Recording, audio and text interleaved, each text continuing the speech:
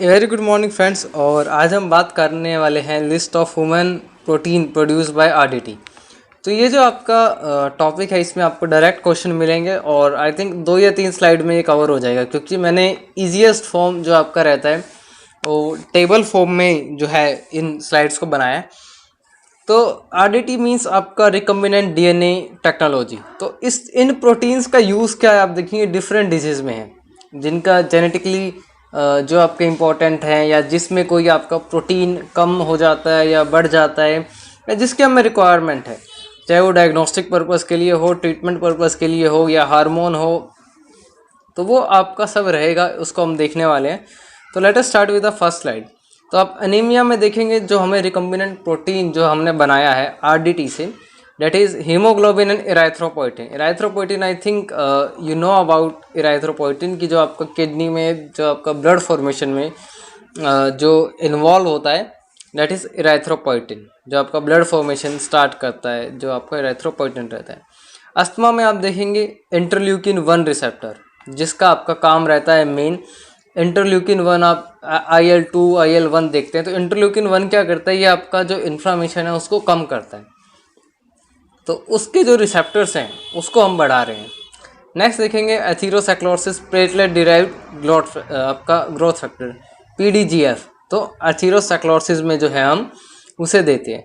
Delivery यानी जब आपका लेबर पेन स्टार्ट होता है तो हमने डिलीवरी करानी होती है जो बेबी की है, तो उसमें हम रिलैक्सिन जो एक आपका कंपाउंड है, जो एक प्रोटीन है, उसको हमने रिकमेंड प्रोटीन से आपका डिराइव किया हुआ है, तो हम उसका जो है इंजेक्शन देते हैं, तो आपका रहता है डिलीवरी में रिलैक्सिन का प्रोडक्ट। ब्लड क्लॉट्स में आप देखेंगे कि आपका ब्लड जो है वो क्लॉट होके आपके जो आर्टरीज हैं या वेन्स हैं, वेन्स में होता है तो वो आपका जो है वो थ्रोम्बोसिस का प्रोसेस रहता है।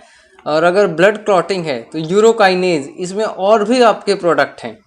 यूरोकाइनेज के अलावा आई थिंक एक एट्रिपोकाइनेज भी है जो आपका, ये तो आपका ह्यूमन के जो यूरिन है उससे भी हम इसे सिंथेसाइज करते हैं। और आपका टिश्यू प्लाज्मिनोजन एक्टिवेटर जो आपका ब्लड क्लॉट जब होती है तो उसकी सिग्नलिंग में इन्वॉल्व होता है, उसको ब्रेक करने के लिए, तो आपका ये टिश्यू प्लाज्मिनोजन एक्टिवेटर तोड़ता है, तो ये आपका रहता है टिश्यू प्लाज्मिनोजन एक्टिवेटर, ये हम देते हैं। बर्न्स में देखेंगे अगर स्किन बर्न हो जाती है, इसमें हम परसेंटेज में काउंट करते हैं कितना बर्न हुआ है, तो we will give epidermal growth factor, जैसे आप EGF के नाम से जानते हैं। ये आप देखेंगे स्किन कैंसर में भी इन्वॉल्व होता है, बहुत जगह इसका यूज़ आएगा। तो बर्न्स में हम एपिडर्मल ग्रोथ फैक्टर जो है वो देते हैं अगर बर्न्स से रिलेटेड कुछ है। कैंसर में आप देखेंगे तो बहुत कुछ हो सकता है। इंटरफेरोन्स हैं, TNF अल्फा है, that means total necrosis factor है, मैक्रोफेजिस एक्टिवेटिंग फैक्टर है, लिम्फोटॉक्सिन्स हैं। तो कैंसर में आपके बहुत सारी चीज़ें होती हैं, बहुत आपका जो इम्यून सिस्टम है या उसके जो साइटोकाइंस है डिफरेंट टाइप्स के इन्वॉल्व हैं, वो सब आपका कैंसर में रहता है। तो हम मोनोक्लोनल एंटीबॉडीज़ यूज़ करते हैं, कुछ या जो आपके कंपाउंड्स हैं उनको देते हैं, तो वो आपका एक रहता है कि इंटरफेरोन आपको इंजेक्ट किए जाते हैं, अल्फा 1 बीटा 1 गामा, तो वो आपका रहता है कैंसर में। डायबिटीज़ में देखेंगे तो डायरेक्टली हमें पता है इंसुलिन देते हैं, और इंसुलिन लाइक ग्रोथ फैक्टर जो आपका इंसुलिन के प्रोडक्शन को बढ़ाते हैं या उस जैसी एक्टिविटी शो करते हैं।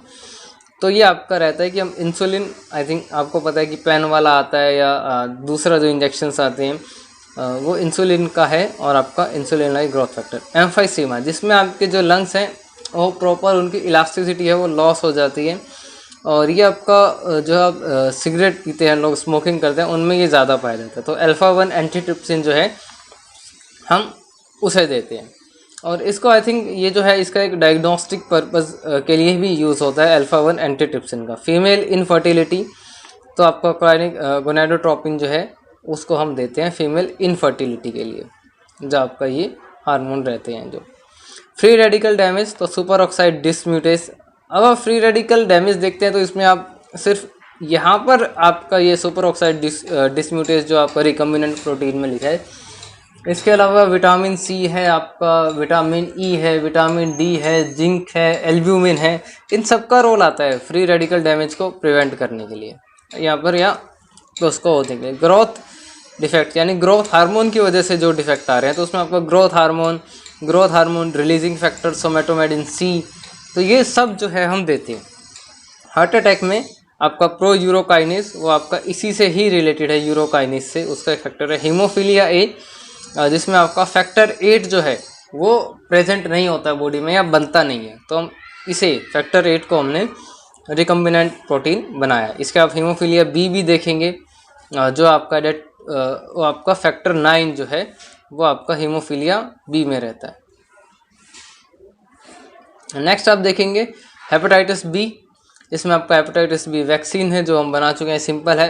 हाइपो एल्बुमिनिया, हाइपो है तो सिंपल सी बात है, हम सीरम एल्बुमिन का लेवल बढ़ाएंगे, और जो पेशेंट है उसको जो है हम जो एनिमल प्रोडक्ट्स है, एनिमल से जो हम प्रोडक्ट्स फूड प्रोडक्ट्स बनाते हैं उसे वो लेने की जो है हम उसे एडवाइस करेंगे। इम्यून डिसऑर्डर्स में देखेंगे interleukin, beta cells, growth factors, तो ये आपका सब रहेगा क्योंकि इम्यून डिसऑर्डर है, इम्यूनिटी कम है, तो इंटरल्यूकिन्स हैं आपके जो इन्फ्लामेशन में आपकी हेल्प करते हैं, और जो है दूसरे जो फैक्टर्स हैं जैसे बीटा सेल ग्रोथ फैक्टर है कि आपकी एंटीबॉडीज प्रोडक्शन में है।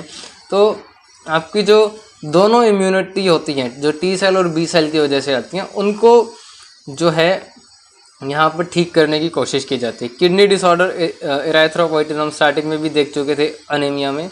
लव गेहरिक डिजीज़, इसका एक और नाम भी होता है आपका, जो आपका ये लो गेहरिक डिजीज़ है, इसे हम अमायोट्रोपिक लेटरल स्क्लेरोसिस के नाम से भी जो है वो जानते हैं। आपका ब्रेन डिराइव्ड न्यूरोट्रॉपिक फैक्टर, ये हम देते हैं क्योंकि इसमें मसल्स जो हैं वो आपकी वीक हो जाती हैं, तो मसल वीकनेस जो है ये आपका इसका सबसे मेन जो फैक्टर है। मल्टीपल स्क्लेरोसिस, ये भी आपका एक स्क्लेरोसिस का टाइप है। मल्टीपल स्क्लेरोसिस में आपका interferon alpha beta gamma. Nerve damage में आप देखें तो आपका नर्व ग्रोथ फैक्टर जो है हम देते हैं। ऑस्टोमेलेशिया, आपका कैल्सिटोनिन जो आपका हार्मोन ये इन्वॉल्व होता है, जो आप देखते हैं पैराथायरॉयड हार्मोन के साथ, तो आपका कैल्सिटोनिन जो है हम वो देते हैं। पेन में आप देखें जो आपकी नेचुरल बॉडी के अंदर पेन किलर है, चाहे वो एंडोर्फिन हो या एनकेफेलिन हो, जो आपके स्लाइवा में भी प्रेजेंट होता है। इससे ही आगे हम देखें कि इसका ही जो कंपैरिजन है वो मॉर्फिन वगैरह और के साथ किया जाता है। एंडोर्फिन जो है मॉर्फिन और जो बाकी सिंथेटिक प्रोडक्ट्स हैं हमारे पास उनसे ज़्यादा एक्टिव हैं, उनसे ज़्यादा इनका मैकेनिज्म ऑफ एक्शन है। तो एंडोर्फिन और एनकेफेलिन, इन पे क्वेश्चन रहता है।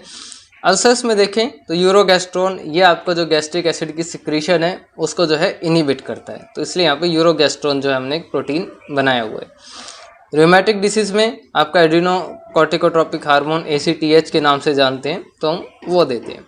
Viral infection, interferon alpha beta और गामा। तो इंटरफेरोन करते क्या है, ये एक सेल अगर किसी को वायरल डैमेज हुआ है कोई एक सेल, तो आगे जो है वो हेल्प करते हैं नेक्स्ट सेल को बताने में कि वायरल अटैक हो चुका है, कि आप अपने आप को प्रिवेंट कीजिए, तो ये इंटरफेरोन का काम रहता है।